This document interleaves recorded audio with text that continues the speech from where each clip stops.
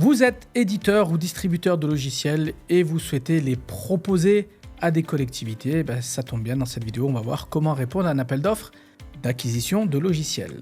Avant ça, je me présente, je m'appelle Mohamed et j'ai créé le site akonia.fr ainsi que cette chaîne YouTube à laquelle je vous conseille de vous abonner pour vous permettre de répondre efficacement aux appels d'offres et au marché public.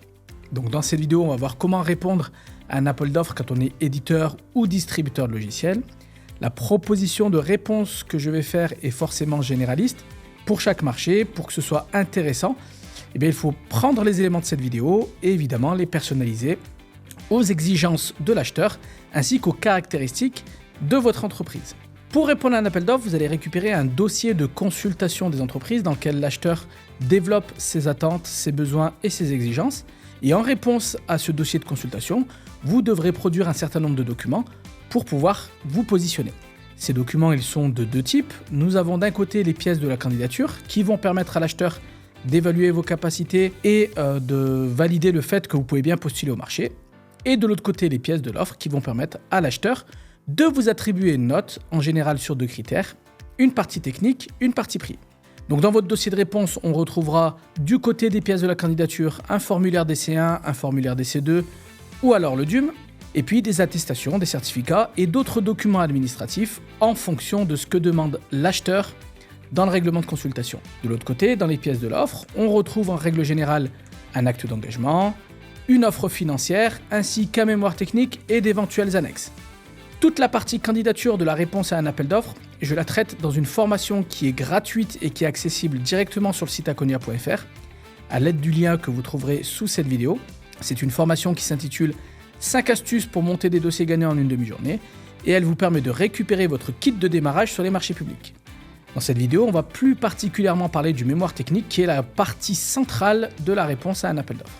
Alors, qu'est-ce qu'on indique, qu'est-ce qu'on met dans ce fameux mémoire technique ? En règle générale, on doit aborder 4 principaux thèmes. Les moyens humains et les moyens matériels que vous allez mobiliser pour la prestation, votre ou vos méthodologies d'intervention, ainsi que votre politique de développement durable. On commence tout de suite avec le premier critère de notation qui est souvent les moyens humains dédiés à la réalisation des prestations. C'est-à-dire que pour l'acheteur, il est important de savoir avec qui il va travailler. Et dans ce cadre-là, vous allez devoir présenter un interlocuteur référent, c'est-à-dire la personne qui va faire l'interface entre vos équipes et les équipes de l'acheteur. Cet interlocuteur référent, on le présentera au travers des missions qu'il ou qu'elle va réaliser dans le cadre de la prestation. Et puis on va essayer de valoriser au maximum qualification, son expérience, ainsi que des références de missions similaires que cette personne aura gérées. Avec cet interlocuteur, d'autres intervenants vont être mobilisés, par exemple les installateurs, par exemple les personnes en charge de la prise de commande, les personnes en charge de la maintenance. Et là aussi, il est important de rassurer l'acheteur sur les compétences de ces personnes, sur l'organisation aussi que vous allez mobiliser. Donc on va présenter chacun des intervenants soit en les nommant, soit en définissant des profils à travers les missions que ces personnes vont réaliser dans le cadre de la prestation, mais aussi en valorisant leur parcours, notamment qualification, expérience et référence. Pour aller plus loin, et dans certains marchés, il peut être aussi pertinent de démontrer que vous avez un processus de recrutement exigeant, que vous intégrez d'une certaine manière les nouvelles recrues, notamment si vous assurez la maintenance sur les logiciels.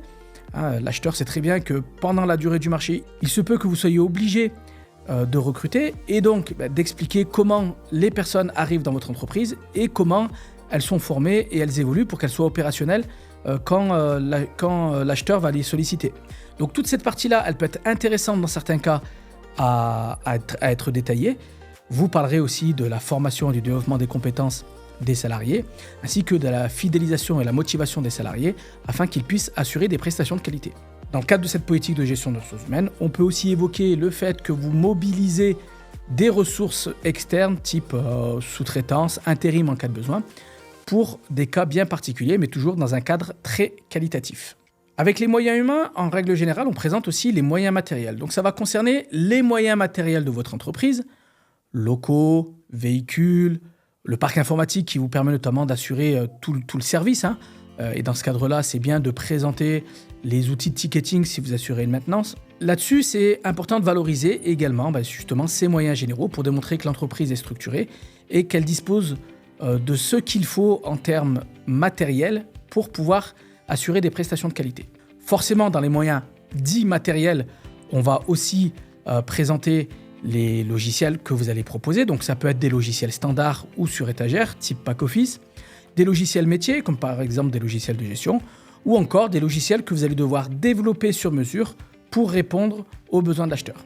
Tous ces produits, on va quand même parler de produits, vous allez les présenter à la fois au niveau des caractéristiques matérielles, donc par exemple les technologies utilisées, les performances fonctionnelles, ce que ça permet de faire, toutes les fonctions complémentaires qui pourraient être utiles à l'acheteur, leur conformité, leur fiabilité, leur longévité, notamment sur les aspects sécurité, tous les services associés, formation, maintenance, mise à jour, ainsi que les atouts éventuellement sur le plan de l'image ou de l'esthétique.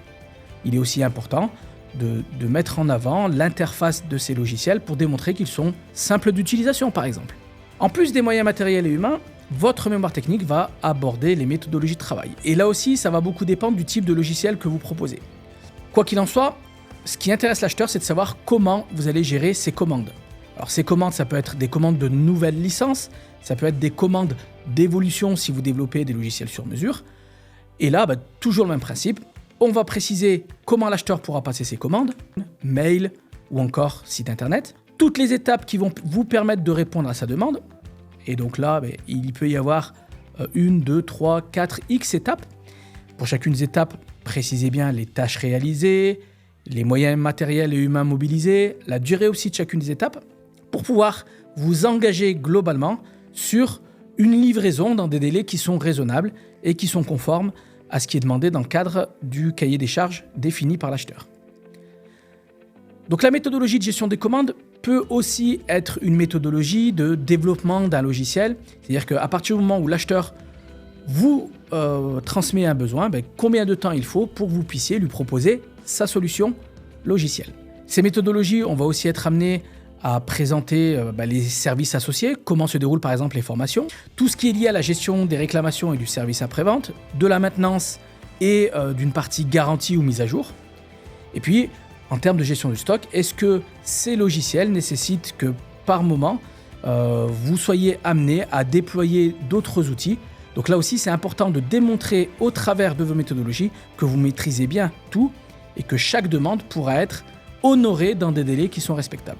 Enfin, l'acheteur sera intéressé pour connaître votre démarche de développement durable. Alors certes, vous êtes dans un domaine qui est plutôt dématérialisé, mais il est important, malgré tout, de montrer patte verte, c'est-à-dire de démontrer que vous avez pris en compte les impacts éventuels de votre activité sur l'environnement et que vous essayez de les minimiser.